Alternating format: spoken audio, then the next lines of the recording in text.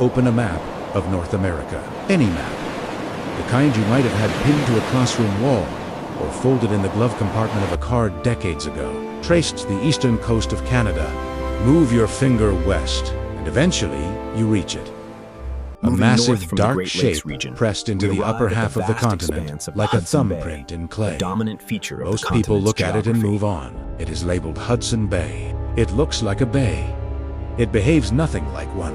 What you are looking at is one of the most geologically bizarre bodies. Water on the planet, a shallow inland sea that freezes solid every winter, is actively shrinking and has spent thousands of years quietly dictating where an entire nation can and cannot exist. The question is not what it is. The question is what it does. And the answer rewrites everything you thought you knew about Canada. Subscribe immediately. This is going somewhere schools won't teach you. Stay ahead. Hit subscribe. Here is what you will know by the end of this investigation.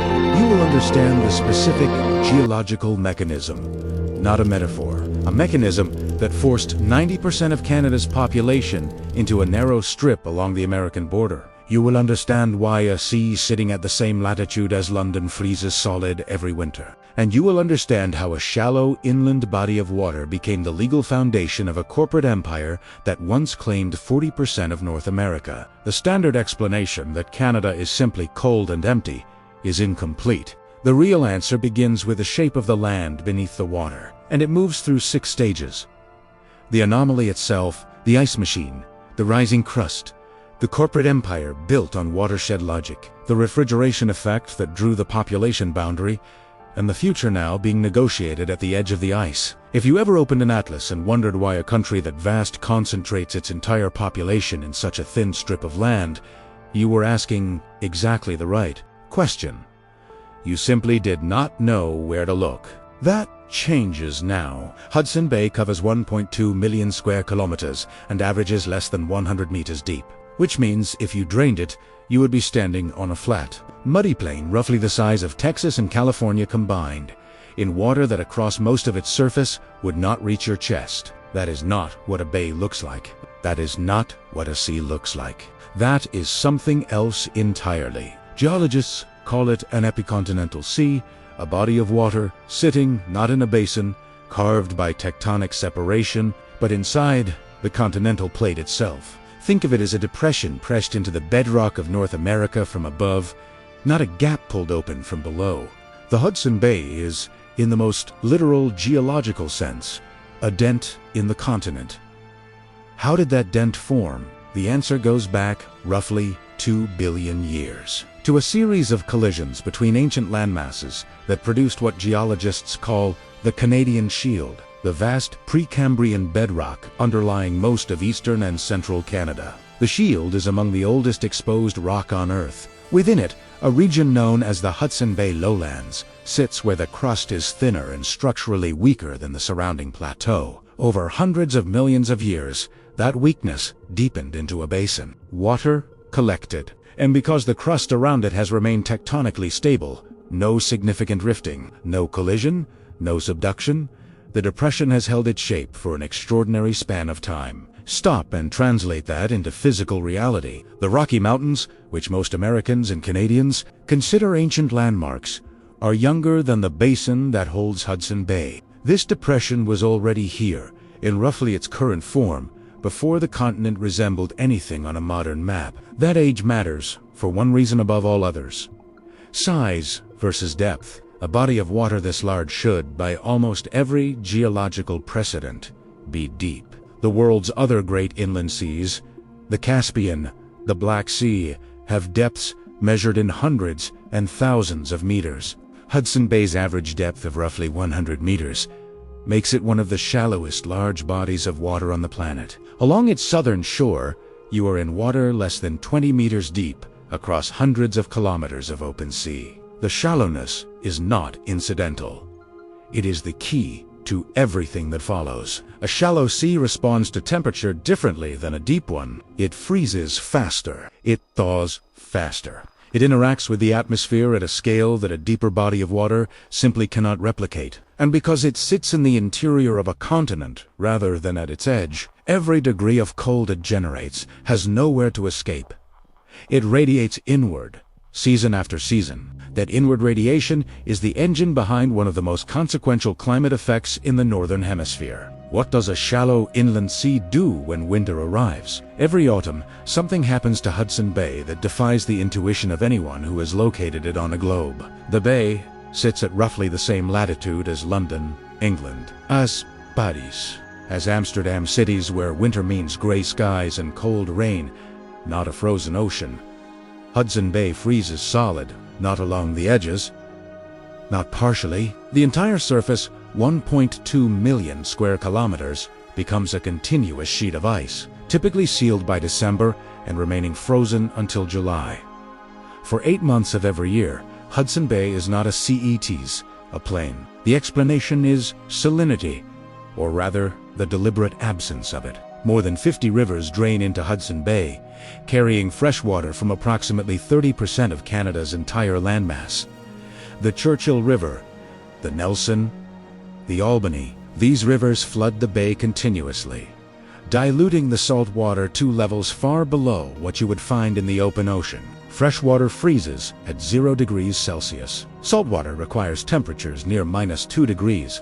That margin, small as it sounds, is the difference between a bay that behaves like the North Atlantic and one that behaves like an enormous lake. Consider what that means at continental scale.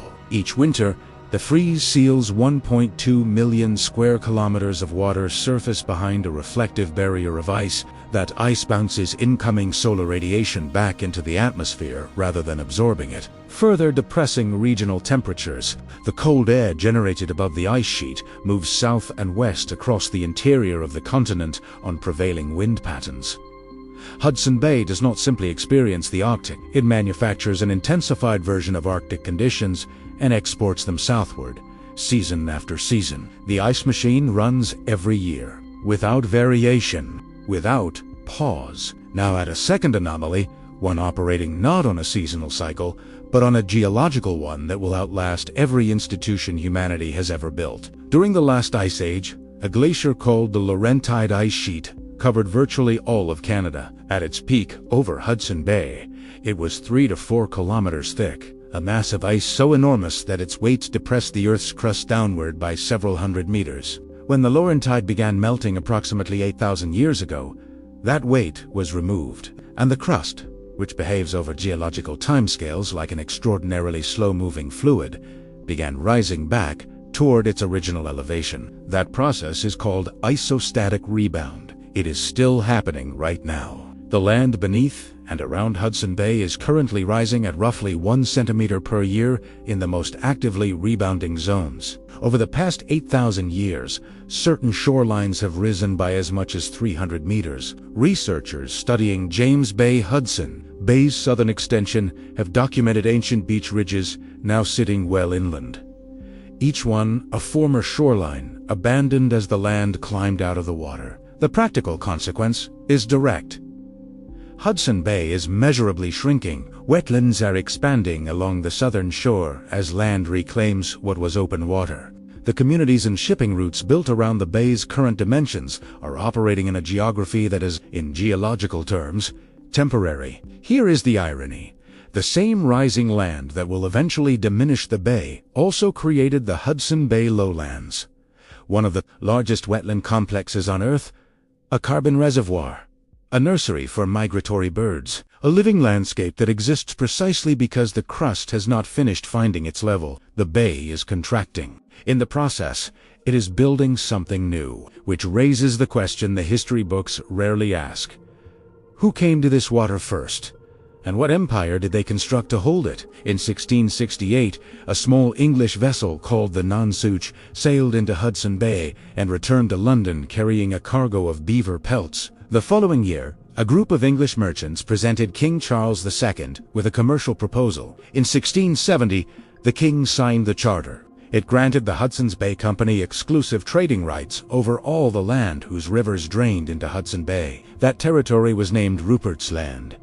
It covered 3.9 million square kilometers, roughly 40% of modern Canada, and it was claimed not through military conquest or systematic settlement, but through a single geometric insight of watershed geography. Whoever controlled the mouth of the bay controlled access to every river system that fed it. Every river draining into Hudson Bay was, by royal charter, Hudson's Bay Company territory. Every community, every trapper, every indigenous nation operating within that watershed was legally inside a corporate jurisdiction. The operating word is watershed.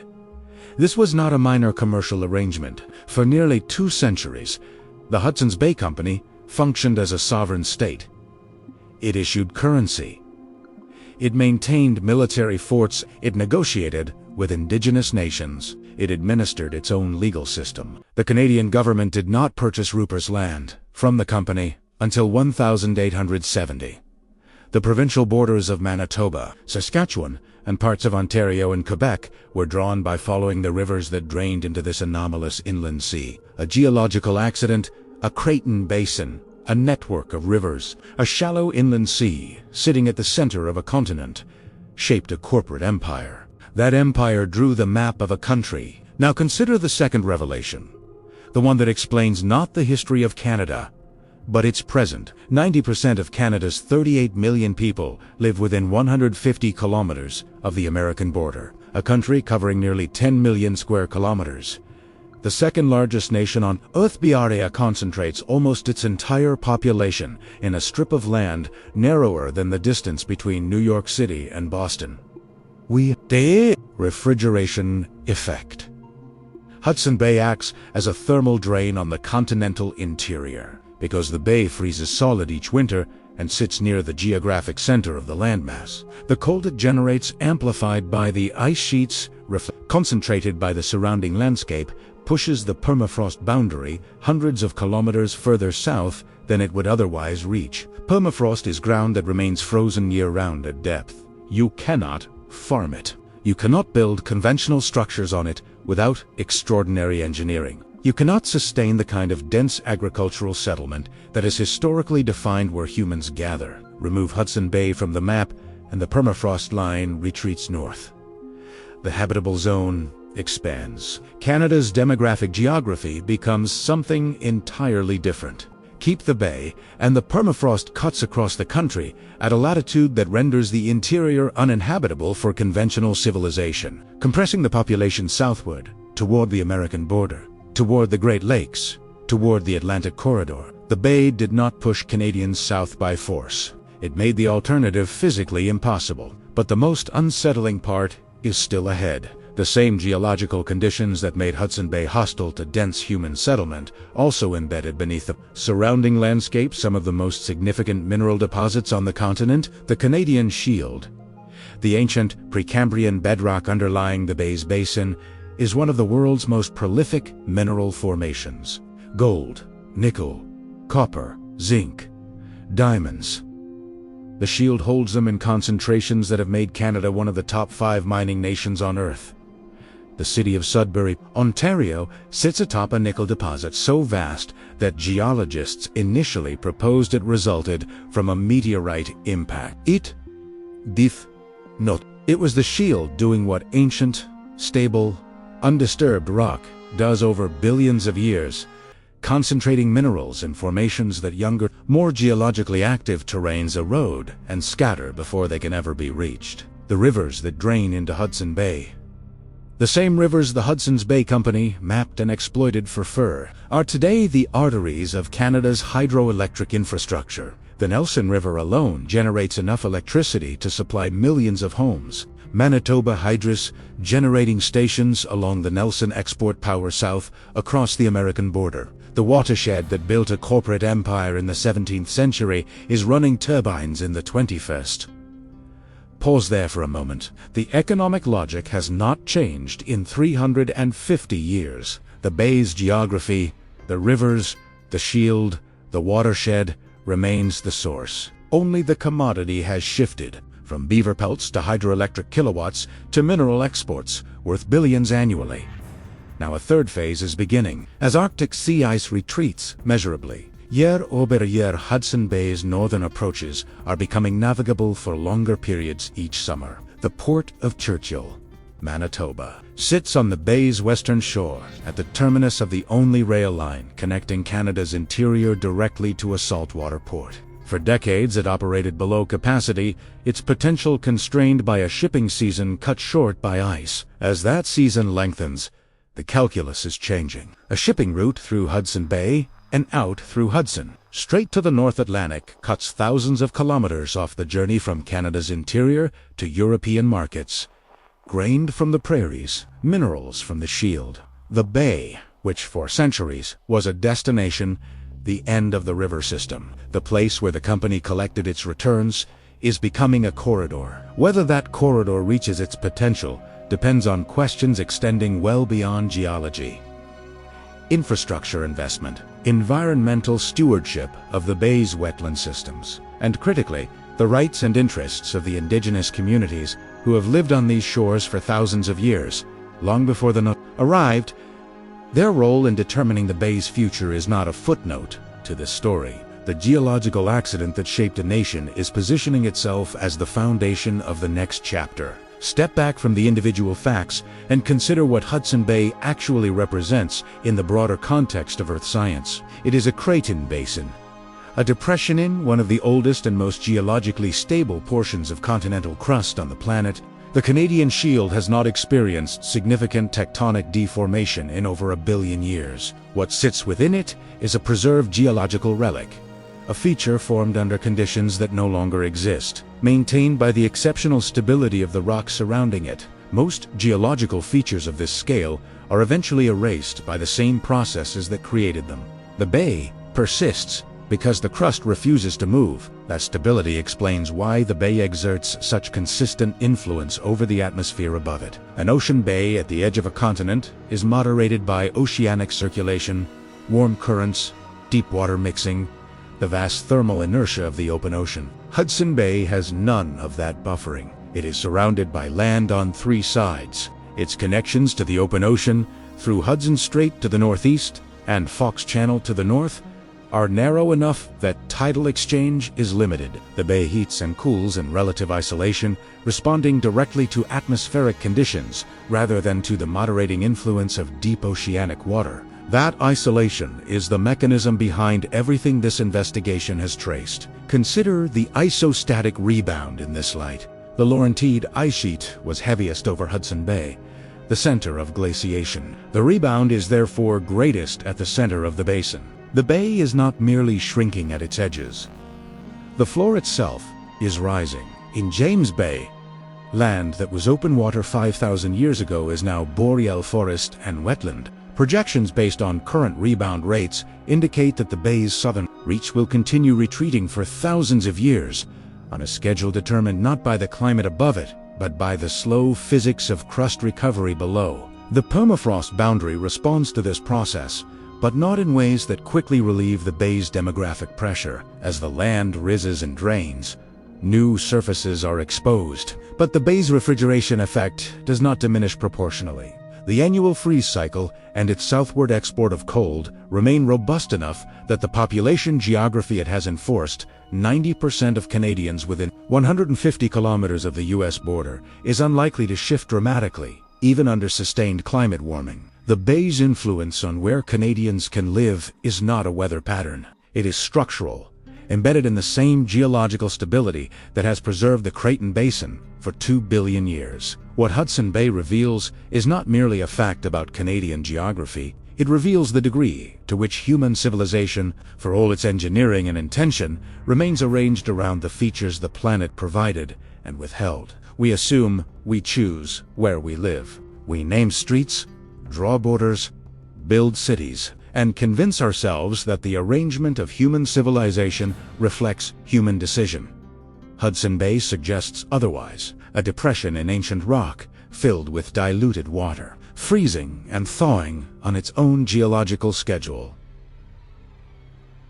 This feature decided, without plan and without error, where a nation of 38 million people would be permitted to exist. It determined which rivers became trade routes. It gave legal shape to a corporate empire that governed half a continent for 200 years. It placed the permafrost line precisely where it needed to be to compress an entire population into a thin band of habitable ground, not through force, through physics. Stand at the shore of Hudson Bay in January. The ice stretches north to the horizon, flat and absolute. Behind you, to the south, is everything Canada managed to build in the space the bay left available. Ahead is the bay itself, shrinking, slowly, on a schedule that has nothing to do with the people who live beside it. The land is rising. The sea is retreating. The boundary is moving, just not at our pace. And not for us. There are stories the world forgot. We find them every week. Subscribe, and don't miss the next one.